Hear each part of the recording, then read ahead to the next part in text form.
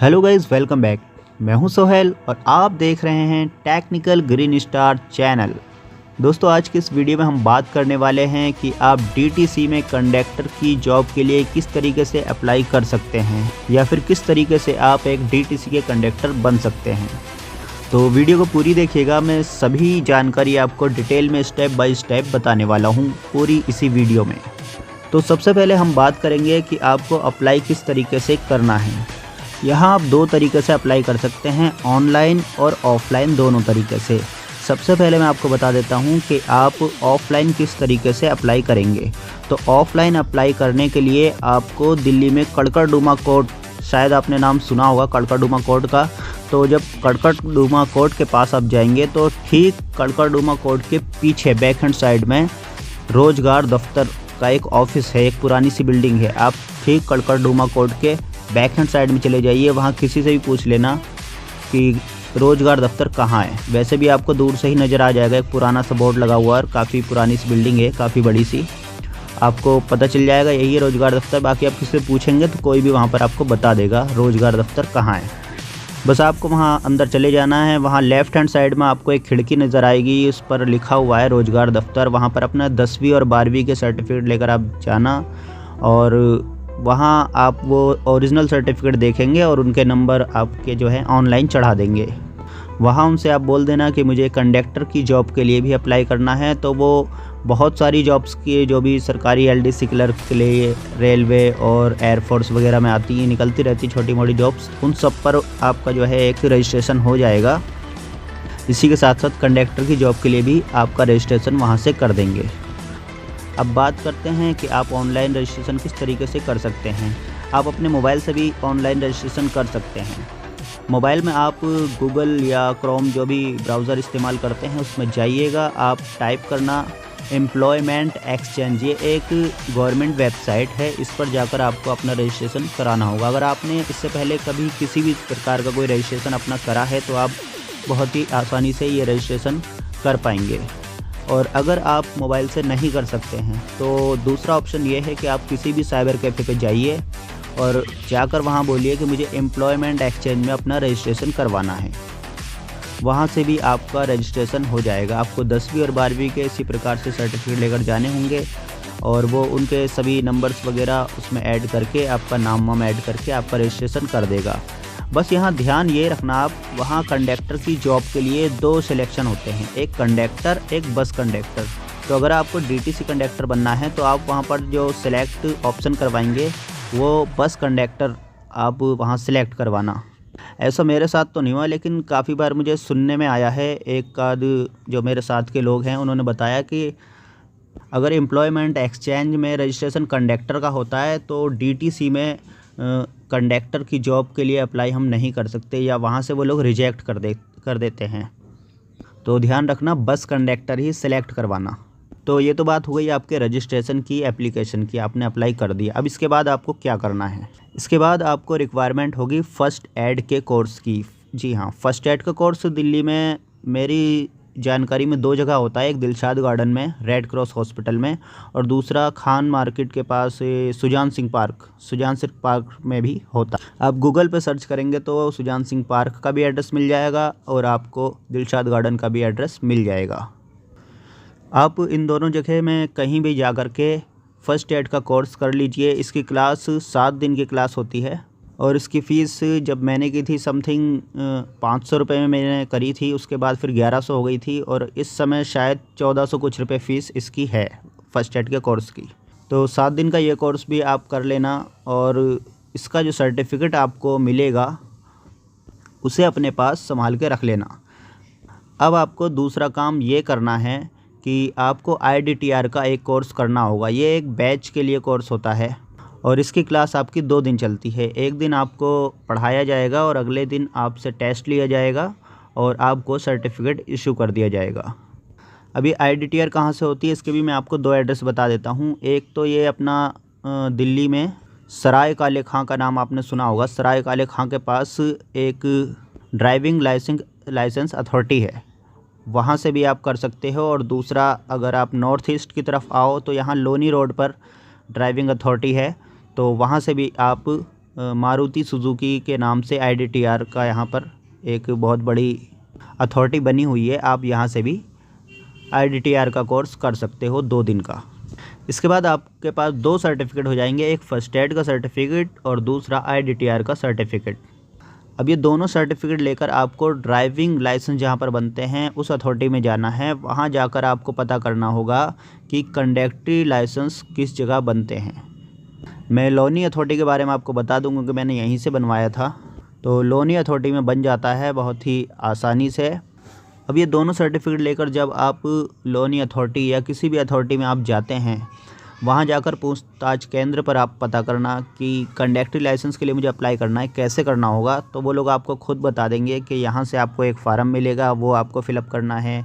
फिर बाहर से एक छोटा सा मेडिकल सर्टिफिकेट बनता है, वो कोई भी डॉक्टर बना देगा आपका मेडिकल सर्टिफिकेट, वो बनवाना है। और ये सभी डॉक्यूमेंट अपने 10वीं 12वीं के, अपना एड्रेस प्रूफ, ID प्रूफ सब लगा करके उसमें आपको अथॉरिटी में जमा कर देना है। लगभग 15 दिन के बाद आपकी एक पुलिस वेरिफिकेशन होएगी। पुलिस वेरिफिकेशन जैसे ही आपकी क्लियर हो जाएगी, उसके 10 से 15 दिन के बाद लाइसेंस आपको अथॉरिटी से मिल जाएगा। अब जब आपको कंडक्टरी लाइसेंस भी मिल जाएगा, इसके बाद आपको क्या करना है, आपको किसी साइबर कैफ़े या जहाँ से भी आपने अप्लाई करा, आपको वहाँ पर जाना होगा। जा कर के उस लाइसेंस का नंबर आपको अपडेट कराना होगा रजिस्ट्रेशन में, जो आपने एम्प्लॉयमेंट एक्सचेंज की वेबसाइट पर रजिस्ट्रेशन करवाया था, उसी रजिस्ट्रेशन में आपको इस लाइसेंस का नंबर अपडेट कराना होगा। उसके बाद आपको वेट करना होगा कि आपका जो कॉल लेटर आता है, हेडक्वार्टर जो हमारा DTC का होता है, ये इंद्रप्रस्थ में हेडक्वार्टर है, और इंद्रप्रस्थ हेडक्वार्टर से ही आपको एक कॉल लेटर आएगा। या फिर DTC की जो वेबसाइट है उस पर भी आप टाइम टू टाइम सर्च कर सकते हैं कि आपने जिस साल में अप्लाई करा है उस साल की भर्ती कब हो रही हैं। जैसे ही आपके साल की भर्तियां शुरू हो जाएं तो आप हेडक्वार्टर जा कर के वहां पता कर सकते हैं। अपना रजिस्ट्रेशन नंबर आप लेकर जाना और वहां जाके पता कर लेना 10 नंबर खिड़की पे कि आपका नंबर आया भर्ती के लिए या नहीं। अगर आपका नंबर आ गया होगा तो वो आपसे आपके डॉक्यूमेंट मांग लेंगे। आप उनको अभी अपने सभी 10वीं 12वीं के सर्टिफिकेट, अपना एड्रेस और ID प्रूफ वगैरह वहाँ सबमिट करा सकते हैं। उसके बाद आपका एक मेडिकल हो जाएगा। चलिए मैं इस चीज़ को भी थोड़ा सा डिटेल में आपको बता देता हूँ। मान लेते हैं कि आपका कॉल लेटर आ चुका है और आपका भर्ती का नंबर आ गया है। अब आपको वहाँ पर क्या क्या लेके जाना होगा। सबसे पहले आपके डॉक्यूमेंट जमा होंगे। डॉक्यूमेंट में आपको 10वीं और 12वीं के जो भी आपके रिज़ल्ट हैं और जो आपका सर्टिफिकेट है, सनद है, वो सभी ज़ेरॉक्स कॉपी और ओरिजिनल आपको लेके जाने होंगे। ये जो कंडक्टर की भर्ती होती है 10वीं के बेस पर होती है। अगर 12वीं आपने नहीं भी कर रखी तो भी आप 10वीं के बाद भी इसको अप्लाई कर सकते हैं। तो अपना 10वीं क्लास का सर्टिफिकेट आप वहाँ पर ले जा सकते हैं। और इन्हीं सब डॉक्यूमेंट के साथ साथ आपको ID प्रूफ और एड्रेस प्रूफ अपना लेकर जाना होगा ओरिजिनल, और सबके ज़ेरॉक्स भी आपको फ़ोटोकॉपी करा लेनी है। और साथ में वहाँ जो आपको कॉल लेटर आएगा उस पर लिखा हुआ भी आएगा कि आपको वहाँ पर फ़ोटोज़ लेकर जानी है, जिस फ़ोटो में आपका डेट और आपका नाम और डेट ऑफ बर्थ उसमें लिखी होनी चाहिए। जिस दिन आप वो डॉक्यूमेंट सबमिट करा रहे हैं तो उसके 1-2 दिन आसपास ही आपको फ़ोटो खिंचवानी होगी और वो डेट भी डलवानी होगी, ये फ़ोटो कब खिंची है।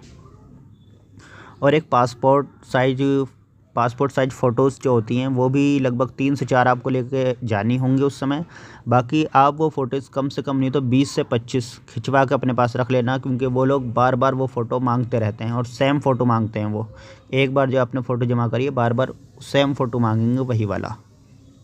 और लगभग 2 फ़ोटो आप पोस्ट कार्ड साइज़ के, अपने जो पासपोर्ट होता है उसी का पोस्ट कार्ड साइज़ 2 फ़ोटो वो बनवा लेना आप। वो फार्म पे चिपका करके देते हैं, आगे जो फाइल बनती है आपकी। तो डॉक्यूमेंट्स भी आप लोगों को जहाँ तक है सब क्लियर हो गए होंगे। अब इसके बाद जो आता है वो सबसे आखिरी पड़ाव आता है मेडिकल। मेडिकल को लेकर हर कोई परेशान रहता है कि मेडिकल किस तरीके से क्रैक होगा, किस तरीके से हम पास कर सकते हैं। तो मेडिकल होगा कैसे, सबसे पहले मैं आपको ये बता दूं किस तरीके से होता है। तो जैसे ही आप सारे डॉक्यूमेंट अपने जमा करा दोगे उसके बाद आपको मेडिकल की डेट मिल जाएगी। अब चाहे वो 1 हफ्ते की डेट दें, 1 महीने की या 2 महीने की डेट दें, ठीक है। उसके बाद आप जब मेडिकल के लिए वहाँ जाओगे तो अपने ओरिजिनल डॉक्यूमेंट साथ में ले करके जाना, क्योंकि उस समय भी ओरिजिनल डॉक्यूमेंट देखने के लिए मांग लेते हैं वो लोग। और अपने सभी ओरिजिनल डॉक्यूमेंट्स की फ़ोटो फ़ोन में ज़रूर खींच लेना, क्योंकि बाय द वे आपसे कोई सर्टिफिकेट घर पे रह गया और आप वहाँ चले गए, आधार कार्ड नहीं है आपके पास या कोई चीज़ नहीं है, तो फ़ोन में भी अगर आप उनको दिखला दोगे तो वो तब भी सेटिस्फाई हो जाएंगे और फ़ोन का भी वो मान लेते हैं। तो बात करते हैं मेडिकल की। मेडिकल कैसे होगा? तो मेडिकल में आपकी आँखों की टेस्ट जो है वो मेन होता है वहाँ पर, बाकी आपकी फुल बॉडी का चेकअप करते हैं। तो मेडिकल में सबसे पहले आपको 20 से 25 फीट की दूरी पे खड़ा कर दिया जाएगा और वहाँ से आपको कुछ नंबर्स पढ़ाए जाएंगे। कभी आप चश्मे वाले की दुकान पर गए हों तो आपने देखा होगा वाइट कलर का एक तिकोने टाइप का डिब्बा सा होता है, उस पर कुछ नंबर लिखे होते हैं ABCD और का खा गा घा इस तरीके के। तो इस तरह के नंबर होंगे, वो बहुत दूर लगा होगा, लगभग 20 से 25 फीट की दूरी पर। वहाँ से आपको पहले एक आंख से पढ़वाएंगे लेफ़्ट हैंड साइड से, फिर राइट हैंड साइड से पढ़वाएंगे और दोनों आँखों का इस तरीके से वो टेस्ट करेंगे। अगर आपने सही तरीके से पढ़ दिया तो आप आँखों का टेस्ट पास कर लेंगे। उसके बाद आपका BP चेक होगा, BP चेक करेंगे। उसके बाद आपकी हाइट और आपका वेट ये भी चेक करेंगे, कितनी हाइट और कितना वेट है। और कुछ शर्ट और पैंट उतार करके भी आपको जो है टॉर्च से देखते हैं वो लोग, कहीं कोई कट तो नहीं लगा, किसी तरीके का आपका कोई ऑपरेशन तो नहीं हुआ या कोई चोट गंभीर तो नहीं लगी हुई आपको पैर में या कमर पे किसी टाइप से, तो ये भी वो लोग चेक करते हैं। और आपका एक वर्बली छोटा सा इंटरव्यू लेते हैं। उस इंटरव्यू में आप कुछ भी बता सकते हैं अपने बारे में, अपना नाम बता सकते हैं, घर वालों के बारे में बता सकते हैं, कुछ भी बता सकते हैं। तो एक छोटा सा इंटरव्यू होता है वो। और फिर उसके बाद एक छोटी सी बुक टाइप की होती है। कभी आप लाइसेंस बनवाने गए हों ड्राइविंग, तो वहाँ देखा जाता है कि एक जो कलर रिफ्लेक्शन के लिए वो पढ़वाते हैं। बहुत सारे फूल्स होते हैं, फूल के अंदर कुछ कलर होते हैं, कलर में एक नंबर छिपा होता है, उस टाइप के नंबर आपसे 8 से 10 नंबर पढ़वाएंगे, अलग अलग तरीके से वो चेंज कर करके बुक को। और फिर एक अखबार का टुकड़ा होगा छोटा सा, और उस अखबार के टुकड़ों को कम से कम नहीं तो आपसे, मतलब जिससे आप सीधे खड़े हैं तो आपके घुटने के पास इतनी दूर से आपको पढ़वाते हैं अखबार। तो अखबार भी नॉर्मल सा होता है, सभी पढ़ देते हैं और आप भी जहाँ तक है पढ़ ही लोगे। अगर आपकी आँखों में कोई दिक्कत नहीं है तो आप आसानी से पढ़ लोगे। अच्छा, इस बीच में एक चीज़ आपको बताना भूल गया, जब आप मेडिकल के लिए जाओगे उससे पहले आपको यूरिन टेस्ट के लिए बोलेंगे। तो यूरिन टेस्ट आपको डॉक्टर लाल पैथ लैब से, ज़्यादातर लोग वहीं से करवा के लाते हैं, बाकी आप किसी सरकारी हॉस्पिटल से भी करवा सकते हैं। बाकी मैं रेकमेंड करूँगा आप लाल पैथ लैब से करवा लें, क्योंकि सभी लोग वहीं से करवाते हैं और वही लोग क्लियर भी आते हैं। हाँ, प्राइवेट और किसी लैब से आप ना करवाएं, नहीं तो मैडम आपको रिजेक्ट कर देगी वहाँ से। वहाँ मैडम हो या कोई सर बैठे हों तो वो आपको रिजेक्ट कर देंगे। तो ये मेडिकल होता है और इससे ज़्यादा मेडिकल में कुछ नहीं होता। और जब मेडिकल आप क्लियर कर लोगे उससे 10 दिन के बाद आपकी मेडिकल फ़िट और अनफिट की लिस्ट लगती है और वो आपको बता देंगे कि 10 दिन के बाद आकर आप लिस्ट में अपना नाम देख सकते हैं। अगर आपका नाम आ गया तो आपका सिलेक्शन हो जाएगा। फ़िलहाल इस वीडियो में इतना ही, और अगर आपको कुछ समझ ना आया हो या किसी टॉपिक को डिटेल में मैंने ना बताया हो तो और डिटेल में बताने के लिए आप मुझे कमेंट कर सकते हैं। मैं दूसरी वीडियो बना दूँगा और ज़्यादा डिटेल में आपको जानकारी दे दूँगा। बाकी DTC के बारे में और कोई भी जानकारी आपको चाहिए हो तो आप मुझे कमेंट कर सकते हैं। और इस वीडियो में इतना ही। Thanks for watching. Bye bye.